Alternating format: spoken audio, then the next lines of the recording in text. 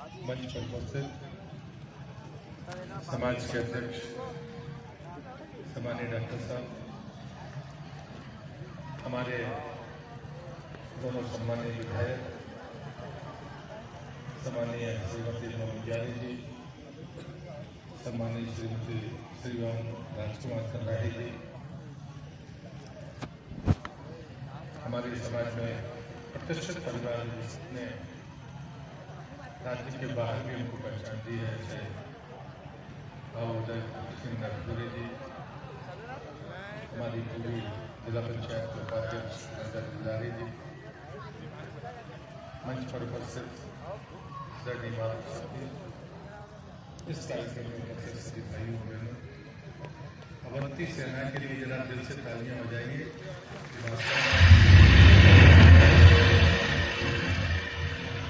एक बेहतरीन प्रयास है। दूसरा, एक प्रांगण समाज के लोगों ने मिलकर बनाया। जब मैं 10 साल पहले आया था, तब से अब 10 साल बाद मैं परिवर्तन देखता हूँ। इस बात के लिए भी आप सबको वजह से बहुत बधाई। और जिनमें इसमें जिन लोगों ने सहयोग किया, उनके प्रति भी मैं अपना आभार व्यक्त करता हूँ।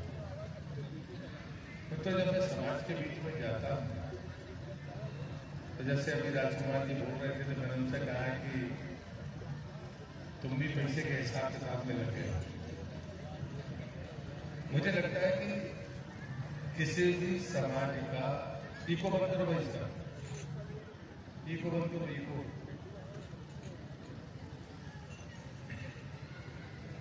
किसी भी समाज के विकास का एक पैमाना होता है। ये समाज कभी राज्य करने वाला समाज,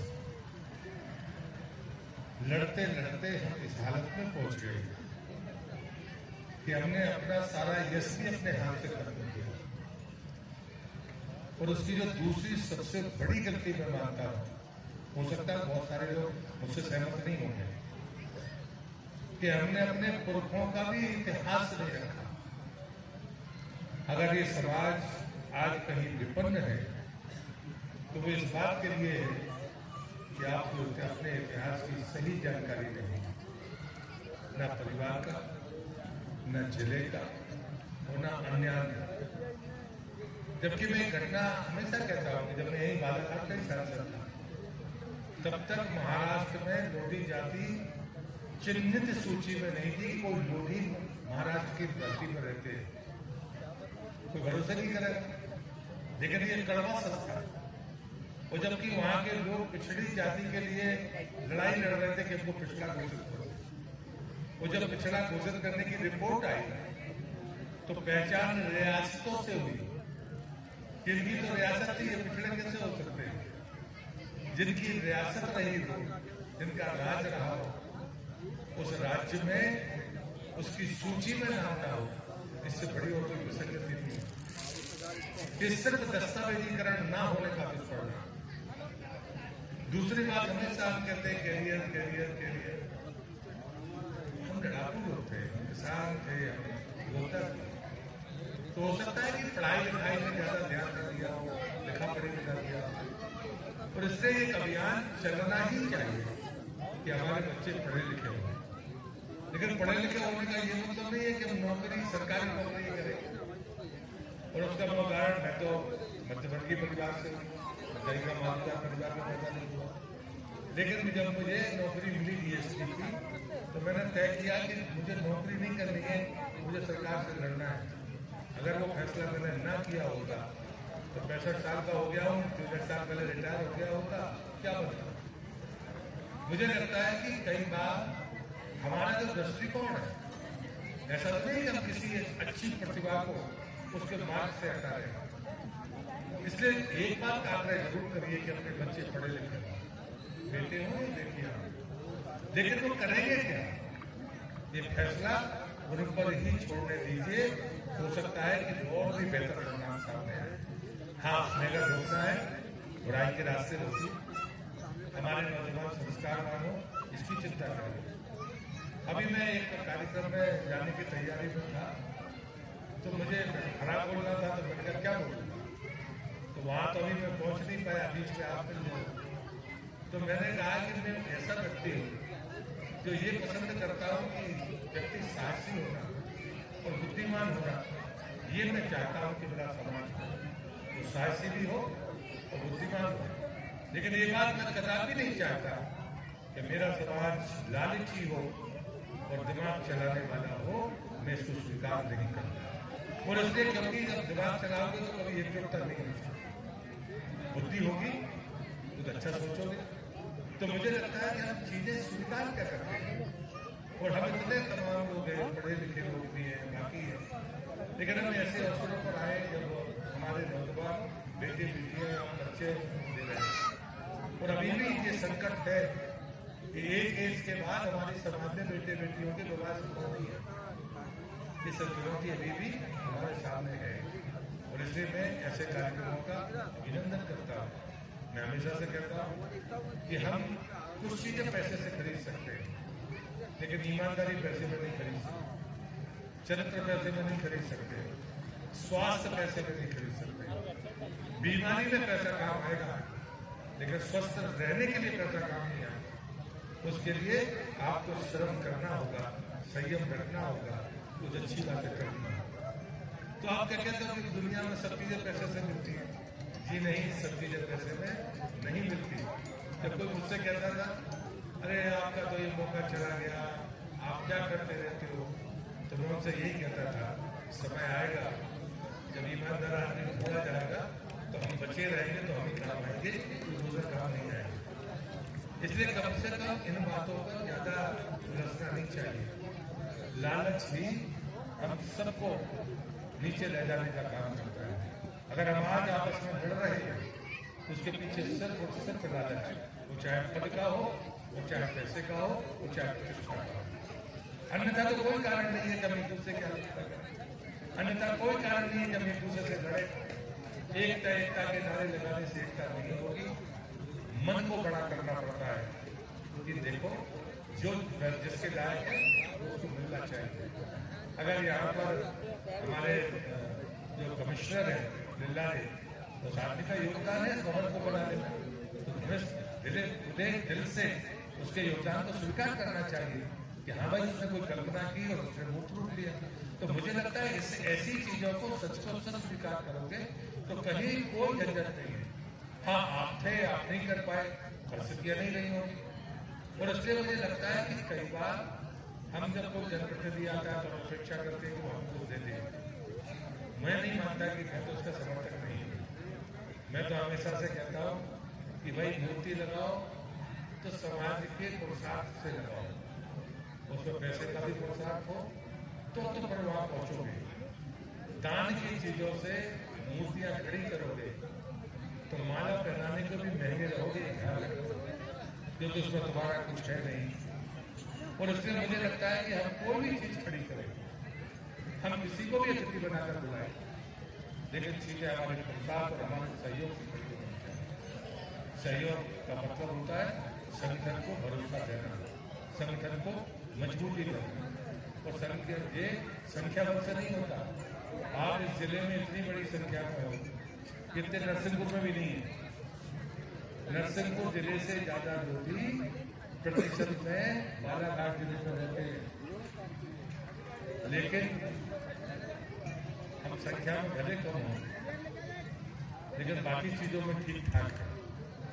और इसलिए मुझे लगता है कि संख्या बहुत महत्वपूर्ण नहीं होती, महत्वपूर्ण होता है अंतर्विश्वास। और ये बात मैं अनेक जगह पर कहता हूँ।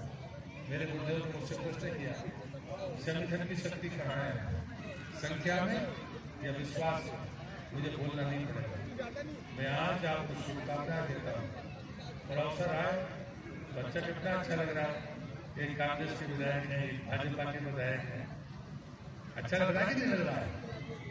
ये समाज का मंच दिल से परे होना चाहिए, ये दिल के निकट होना चाहिए। मैं हमेशा कहता हूँ, मैं ऐसा कोई कार्यक्रम नहीं हुआ जिसमें मैंने समाज के कार्यक्रम में पार्टी का नाम दिया, कभी नहीं। मैं हमेशा मानता हूँ समाज के बीच में जाइए, समाज की समस्याओं पर गहन चिंतन करिए, उनके समाधान में अगर आप सहयोगी बन सकते हैं तो बनिए। अभी हमारे संचालक महोदय दुर्गा जी कह रहे थे कि सरपंच लोग हमें कुछ बुके देना चाहते हैं। हमको बुके मत दो, जो मिला है उसको अच्छे से बनाओ और समाज का भला करो। हमको भोला माला की जरूरत नहीं है, क्योंकि अभी तक तो सदैव भोगते रहे, काफी वर्षों से भोग रहे हो। तो शांति से कुछ अच्छा बेहतर काम करो, जो स्वयं सिर्फ समाज के लोधी समाज के लिए नहीं, संपूर्ण समाज के लिए भी आपके ये प्रयास याद रखे जाए। और इसलिए मैं इस अवसर पर फिर से आयोजकों को धन्यवाद देता हूँ। और आप वास्तव में बहुत अनुशासित और बढ़िया कार्य करते हैं। मुझे बताया होता है कि 1:30 बजे से आपने कार्यक्रम प्रारंभ किया है और उसके बाद ये कार्यक्रम चल रहा है। इसके बीच में ये शक्ति हमको देखने के लिए मिली। वास्तव में मैंने कभी वो आंध्र प्रदेश के हैदराबाद से जो आते हैं उनको कभी ऐसी ड्रेस में, पहले एक सावनेर का अधिवेशन हुआ था, मैं उस समय नौजवान था, तब मैंने उनको वेशभूषा में बैंड बैंड के साथ सावनेर के अधिवेशन में देखा। दूसरी बार मुझे इतना व्यवस्थित इस मातृ शक्ति का ये मार्च इनका प्रवेश लगा है, इसलिए मैं उनका हृदय से धन्यवाद करता हूँ। उनकी फोटो खिंचाने की इच्छा है।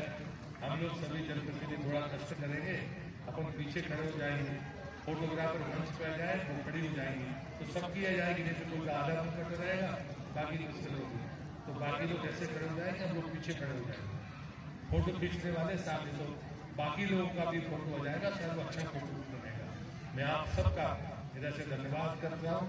मैं कहूँगा जय लोधेश्वर, आपकी तरफ से आवाज आनी चाहिए, जय अवंती, जय लोधेश्वर, जय लोधेश्वर, जय लोधेश्वर। बहुत बहुत धन्यवाद।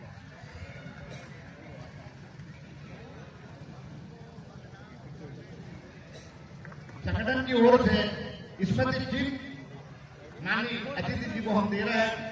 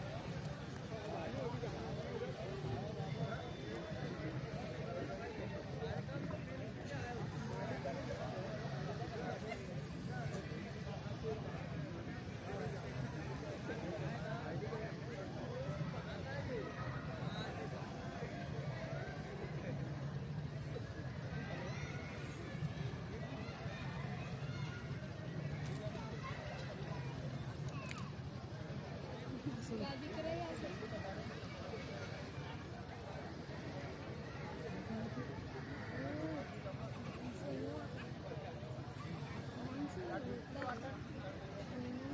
लोधेश्वर संगठन ने आप सभी के लिए भोजन की व्यवस्था रखी है। मैं चाहूंगा कि आप लोग अभी बैठे रहेंगे, हमारे विधायक महोदय जी का भी उद्बोधन बाकी है और उसके बाद हम सभी लोग सब मिलकर साथ में भोजन करेंगे। अभी कार्यक्रम बाकी है। मैं सभी लोधी समाज से निवेदन करूंगा कि भोजन की व्यवस्था है, कृपा करके आप भोजन करके ही जाएंगे। दूर फेंको, दूर फेंको।